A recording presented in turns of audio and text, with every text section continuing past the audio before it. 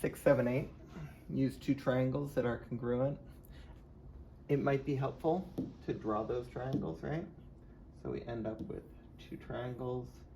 If you draw them to look somewhat congruent, it's helpful, I think. And we're gonna call this one J, R, X. Remember that order that the triangle is named is important. So the order that I'm gonna label this triangle is gonna go Q, S, Y. All right, let's see, there we go. All right, now let's look at what we're supposed to compare. Side RX, which is this side down here, needs to be congruent to this side down here. I'm gonna name it in the same order since they started with R and went to X. I'm gonna go S to Y.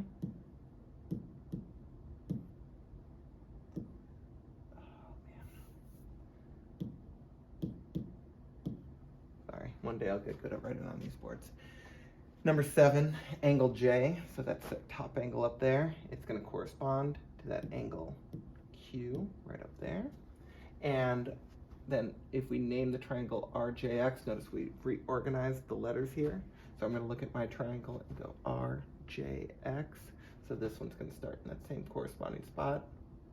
Triangle S to Q to Y.